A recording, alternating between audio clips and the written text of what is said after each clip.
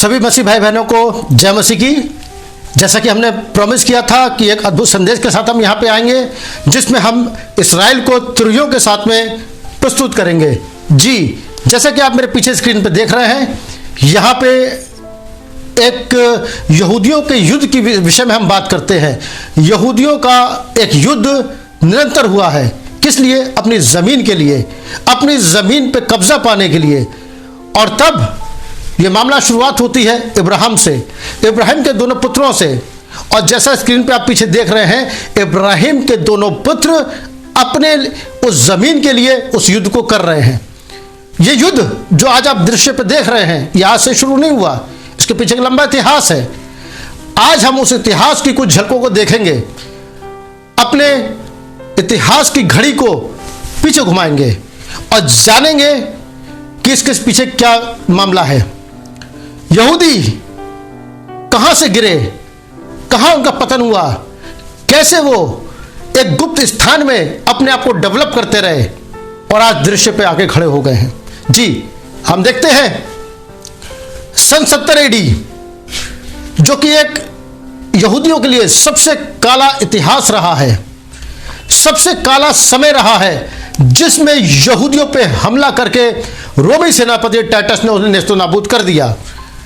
इनके दृश्य आप पीछे देख सकते हैं। और यह केवल एक छोटी सी घटना ही नहीं थी, वह इतिहास की इतनी बड़ी घटना थी कि यहूदियों ने अपने उस मसीहा का जिसका वो इंतजार कर रहे थे, उसकी सजा पाई थी। उस मसीहा को पहचानने में चूक गए। जो प्रभु यीशु मसीह पृथ्वी पर आए, उनके हिसाब से वो मसीहा नहीं थे। उनकी सोच ये थी कि जब हमारा मसीहा आएगा, एक बलशाली राजा के समान होगा। वो रोमी साम्राज्य को उखाड़ देगा, सारे सम्राटों को वो धज्जियां उड़ा देगा, जैसा कि उनके पास दाऊद था, जैसा कि उनके पास अन्य राजा थे। वो यही सोचते थे कि हमारा राजा बहुत बलशाली होगा। और इसी कारणवश उन्होंने यीशु मसीह को ठुकरा दिया। और यीशु मसीह ने कहा था, ये नहीं जानते कि ये क्या करते हैं। उन्होंने कहा, इसका लहू हम पर, हमारी संतानों पर हो। वे अपनी बात से मुकर नहीं सकते थे। उन्होंने खुद यीशु के लहू को अपने पर मांगा था। और आया वो वर्ष सन 70 AD, जबकि कलीसिया पौलुस सीन पे खड़ा हुआ था, पौलुस का प्रचार चल रहा था। अब सत्ता, अब संदेश, वो संदेश जो कभी यहूदियों के पास होता था, वो संदेश, वो परमेश्वर जो कभी यहूदियों का परमेश्वर कहलाता था, जिसे वे यहोवा परमेश्वर के नाम से जानते थे, आज वो परमेश्वर यीशु मसीह के नाम से पौलुस के द्वारा अन्य जाति की ओर मुड़ रहा था। और पौलुस ने कहा, क्योंकि तुम इस संदेश पे विश्वास नहीं करते, तुम इसे नहीं मानते, तो अब मैं अन्य जातियों की ओर मुड़ता हूं। यह पहला वो दूत था जिसने कि उस बिगुल को, उस तुरही को बजाया अन्य जातियों के लिए। जी, आप मेरे पीछे स्क्रीन पे देख सकते हैं, यहां पे भाई ब्रहनम के द्वारा इस चार्ट को बनाया गया है कि भाई ब्रहनम ने किस तरीके से कलीसियाओं का वर्णन किया। हम देखते हैं यहां चार्ट लगा हुआ है, जो कि 53 ईस्वी से प्रारंभ होता है और 1906 तक जाता है। हम इसी मुद्दे पे विषय पे बात करने के लिए यहां पे आए हैं। यह एक बहुत ही गंभीर विषय है, जबकि कलीसिया और यहूदी एक साथ साथ चल रहे थे, लेकिन दोनों के बीच में एक अंतराल था। हम उन्हीं चीजों को हम यहां लेके आना चाहते हैं। अगर हम प्रकाशित वाक्य की पुस्तक में जाएं, उसके 10वें अध्याय में हम पाते हैं, वहां लिखा है, वरन 7वें स्वर्गदूत के शब्द देने के दिनों में जब वो तुरही फूंकने पर होगा, तब परमेश्वर का गुप्त मनोरथ प्रकट होगा। जी, वो बातें जो गुप्त में रह गई, वो बातें जो इतिहास के पन्नों में छिपी रही, वो बातें जो इतिहास में लुप्त हो गई, लेकिन कहीं तो उन्हें प्रकट होना था।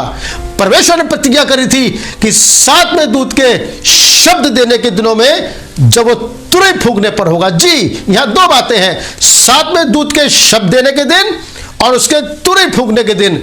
एक मानवीय आयाम में जब वो यहां खड़ा था, वो एक शब्द देने के दिनों में था।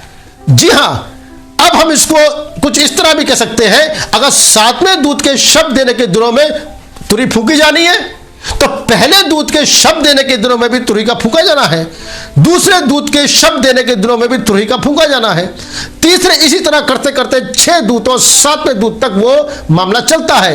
इतिहास में उन तुरहियों का फूंका जाना एक आंशिक रूप में हुआ, जिसका कि वर्णन अभी हम कुछ देर में करने जा रहे हैं। जी, तो जैसा कि हम पाते हैं, पौलुस अन्य जातियों की ओर मुड़ गया और सन 70 एडी में रोमी सेनापति टाइटस यरूशलेम पे हमला कर दिया। जब सेनापति टाइटस ने हमला किया, उसने पूरे यरूशलेम को नेस्तो नाबूद कर दिया। यहां मेरे पास कुछ लेख है जिन्हें मैं आपको बताना चाहता हूं, स्क्रीन पे आप मेरे पीछे देख सकते हैं। 53 एडी से 170 एडी के बीच का हम यहां बात करते हैं और बाइबल ने हमें बताया कि पौलुस वहां का पहला दूत था। इसे हम जब 7 कलीसिया कालों का प्रचार करेंगे तब इस बात को प्रमाणित करेंगे कि पौलुस पहली कलीसिया काल का दूत कैसे था। जी हां, लेकिन अभी हम अपने इस विषय को आगे बढ़ाते हैं। तो यह पहला वो था जब परमेश्वर बात कर रहा था अन्य जातियों से, उनको भी बताने की कोशिश कर रहा था पहले कलीसिया काल में जीवन के वृक्ष के बारे में। उसने शुरुआती जीवन के वृक्ष से करी कि तूने पहला सा प्रेम छोड़ दिया है, तो उसे वापस जाना था जीवन के वृक्ष के पास उस प्रेम के साथ में। लेकिन जब यह घटना यहां घटित हो रही थी, उधर इतिहास में, क्योंकि आप नबी ने बताया कि मोहरें अन्य जातियों के लिए थी, जिसमें शब्द और दूत और कलीसिया काल थे, वहीं दूसरी ओर तुरहियां इस्राएल के लिए है। जब पहला दूत अपने शब्दों को दे रहा था, उसके बाद एक संक्षिप्त रूप से तुरही का आह्वान भी हो रहा था, और तब यहूदियों के पास कठिन समय था। इधर कलीसिया परमेश्वर के वचन में आ रही थी, उधर यहूदियों का बिखराव हो रहा था। और सन 70 एडी में रोमी सेनापति टाइटस ने जब हमला किया, उन्हें नेस्तु नाबूद किया, तो पूरी दुनिया में वे बिखर गए। जी, ये था पहला युग। दूसरे युग में हम आते हैं। दूसरा युग की शुरुआत जब होती है, वो था स्मुरना कलीसिया काल। स्मुरना जिसका मतलब ही होता है मुर, कड़वाहट, और इसमें बहुत अधिक खतरनाक तरीके से लोगों को मारा गया, चाहे वो विश्वासी हो चाहे वो यहूदी हो। लेकिन उसमें एक बात को कहा गया था कि मैं तुझे जीवन का मुकुट दूंगा। इधर कलीसिया मसीह के कारण सताई जा रही थी, उधर यहूदी अपने धर्म को मानने के कारण सताए जा रहे थे। वे बिखरे हुए थे, समाज में बिखरे हुए थे, लेकिन उनके ऊपर वहां के राजाओं के द्वारा सताव चल रहा था। जी, यहां पे स्क्रीन में आप देख सकते हैं कि किस तरीके से तुरहियों का फूंका जाना होता है। जी, तो रोम जो था बड़ी प्रबलता के साथ अपने काम को कर रहा था, लेकिन वहां पर यहूदियों में एक वीर उठता है, कोकबा कहा गया है, और यह बार कोकबा कुछ यहूदियों को लेकर युद्ध को लड़ता है, और युद्ध को लड़ने के बाद यह विजय को प्राप्त भी कर लेता है। विजय प्राप्त करने के बाद यहूदियों को लगता है कि हमारा फिर से एक युग आ गया, हम दोबारा यरूशलेम को जो है फिर से स्थापित करेंगे। लेकिन कुछ समय बाद रोम पुनः इसको नष्ट कर देता है, और एक बार फिर यहूदियों के ऊपर गहरा अंधकार छा जाता है, और यह था स्मुरना काल। जबकि अन्य जातियों के लिए स्मुरना काल चल रहा था, तो वहां दूसरी ओर यहूदियों के लिए एक बुरा काल प्रारंभ हो गया था, जो 170 से लेकर 312 एडी तक मामला चला। स्मुरना युग ही वो युग था जिसमें यहूदिया का नाम बदल दिया गया और सीरिया फिलिस्तीन रखा गया। इतनी नफरत करते थे यहूदियों से वो, और नफरत के कारण उन्होंने ऐसा किया।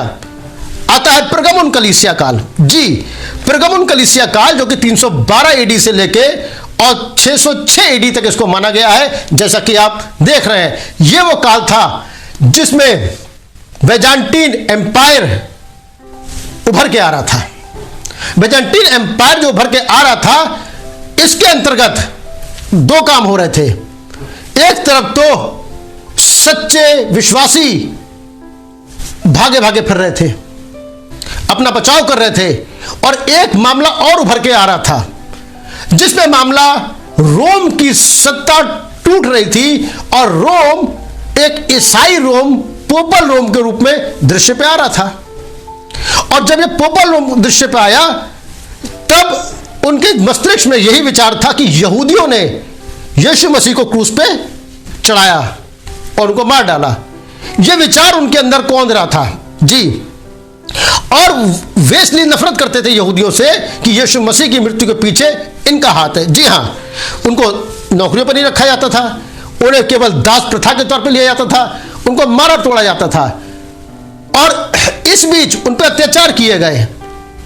एक तरफ विश्वासियों पर अत्याचार थे, एक तरफ यहूदियों पर अत्याचार थे। लेकिन एक समय यह था कि पोप की संरक्षता में जो साम्राज्य प्रारंभ हुआ, उसमें पाए जाने वाले लोग वही अत्याचार कर रहे थे इन दोनों पक्षों के ऊपर। जी हां, परंतु इस राज्य में थोड़ा सा एक मामला दृश्य पे आता है।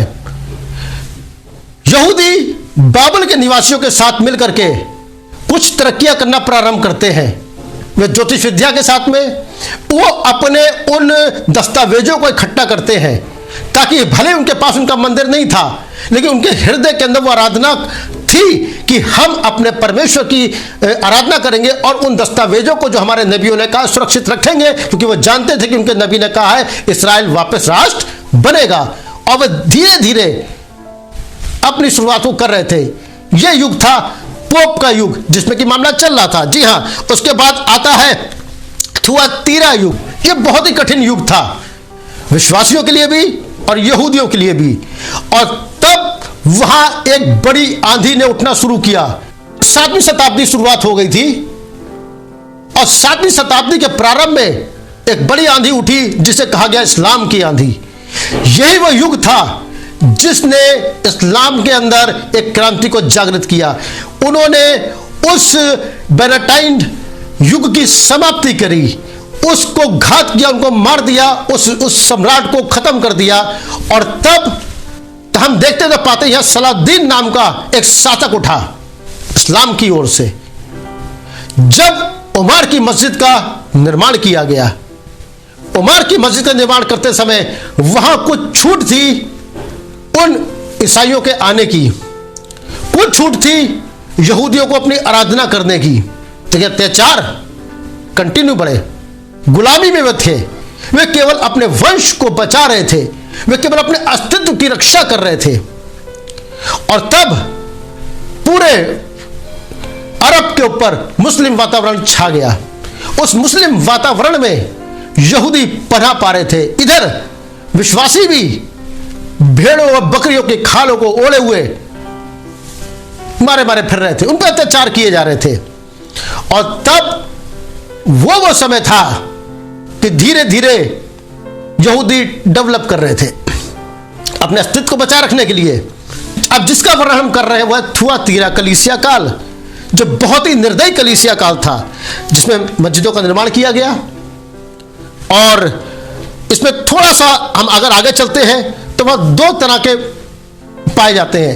एक तरफ स्पेन, जो मुस्लिम लोगों का गढ़ हो गया था, लेकिन स्पेन के अंदर यहूदियों की थोड़ी इज्जत थी, जहां वे उनका उपयोग वैज्ञानिकों के तौर पे करा करते थे, उनका उपयोग ज्योतिषों के तौर पे करा करते थे, दवाइयों मेडिसिन के रूप में यहूदियों ने अपना योगदान दिया और स्पेन तरक्की करने लगा।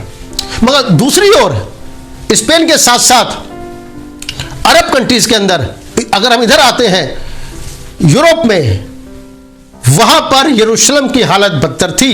वहां जुल्म थे, वहां जुल्म हो रहे थे, एक तरफ तो ईसाई समाज के द्वारा, दूसरी तरफ मुस्लिम समाज के द्वारा। जी हां, आगे हम बढ़ते हैं। यही वो समय था जब पोप अर्बन द्वितीय ने एक आवाज को उठाया, अपनी बैठक को लिया और उन्होंने कहा अब समय आ गया है कि हम यरूशलेम को आजाद कराएं मुस्लिमों के कब्जे से। और तब शुरुआत होती है क्रूसेड की। यह आता क्रूसेड युग, जैसा आप स्क्रीन पर पीछे देख रहे हैं, यह आता क्रूसेड युग। क्रूसेड युग में ये कहने को तो ईसाई थे, पोप के नेतृत्व में थे, लेकिन इनके अंदर एक जुनून भरा हुआ था तलवार का, मारने का, काटने का, जबरदस्ती धर्म को थोपने का। और इस युग में इन्होंने यहूदियों पे अत्याचार किए और मुस्लिमों और उनके बीच में जंग हुई। जंग होते होते होते होते समय गुजरा, और समय गुजरने के बाद एक तरह से क्रूसेड उन पे हावी हो गया, और लगभग 200 वर्षों तक क्रूसेड का राज्य रहा। 200 वर्षों के बाद फिर अरब के मुस्लिमों ने हमला करना प्रारंभ किया, और वो समय था खलीफाओं का। खलीफा दृश्य पे आए। खलीफाओं ने अपनी सत्ता में उन युद्धों को लड़ा, और क्रूसेड धराशायी के गिर पड़ा। क्रूसेड का इतिहास समाप्ति की ओर चला गया। जी हां, कौन से काल में? थुआतीरा काल में। आते हैं हम 5वें काल में, सरदीस के काल में।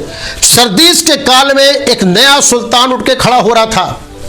सरदीस के काल में एक नया सुल्तान उठ के खड़ा हो रहा था। ये इतिहास के वो पन्ने हैं जो लुप्त रहे, जो गुप्त रहे, जिन्हें हमने निकाला है ताकि हम जान सके कि तुरिया आंशिक रीति पे कैसे वहां पे बजी। जी हां, जैसा आप मेरे पीछे देख रहे हैं, स्क्रीन पे देख रहे हैं, ये वो सुल्तान है सलाहुद्दीन।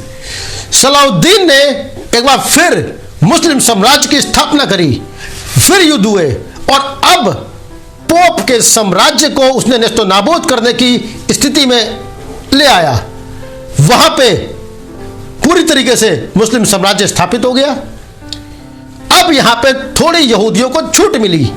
वे अपनी धर्म को मान सकते थे, वे अपने धर्म को पे विश्वास कर सकते थे, लेकिन कर देना पड़ता था, मजदूरी करनी पड़ती थी, और उनके वैज्ञानिकों ज्योतिषियों उनके साथ मिलकर के उनको कार्य करना पड़ता था।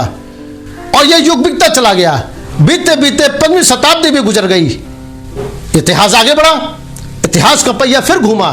जी हां, यह वो समय था जब ऑटोमन एम्पायर उठ खड़ा हो रहा था।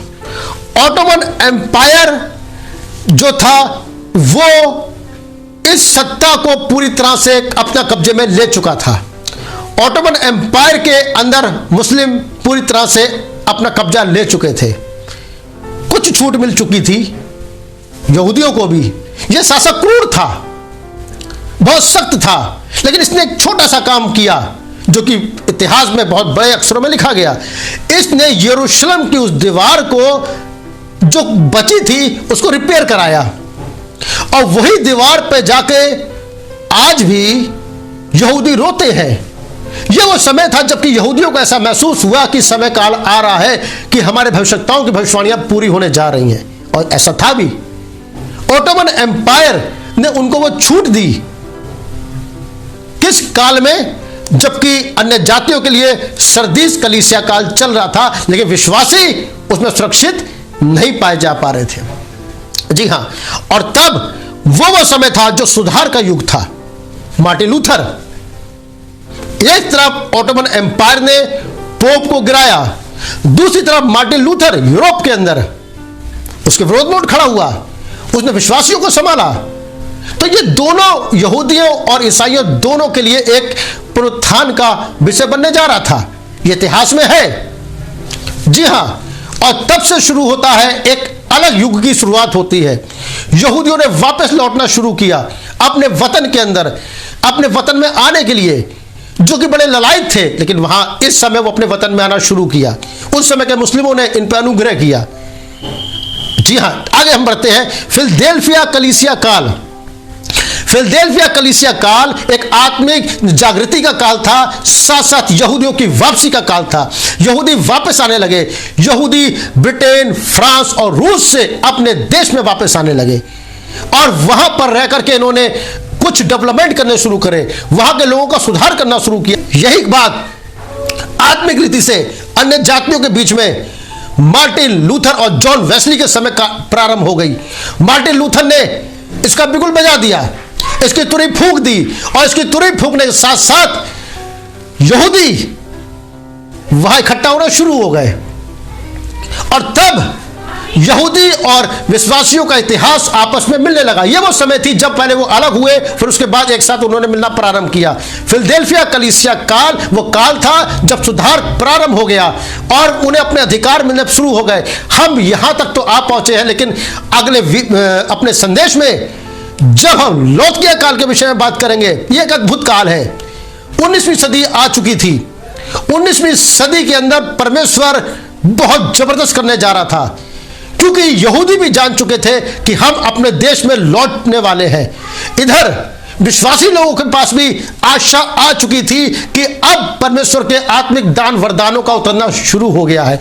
यह वो समय था कि जब मसीहा द्वार पे खटखटा रहा था। यह वो समय था जब परमेश्वर ने प्रतिज्ञा दी थी फिलदेल्फिया कलीसिया काल में, मैं तुम्हें अपने मंदिर में खंबा बनाऊंगा। जी, यही जिज्ञासा उनकी मंदिर के खंबे को खड़ा करने की चालू हो गई यहूदियों को इस युग में।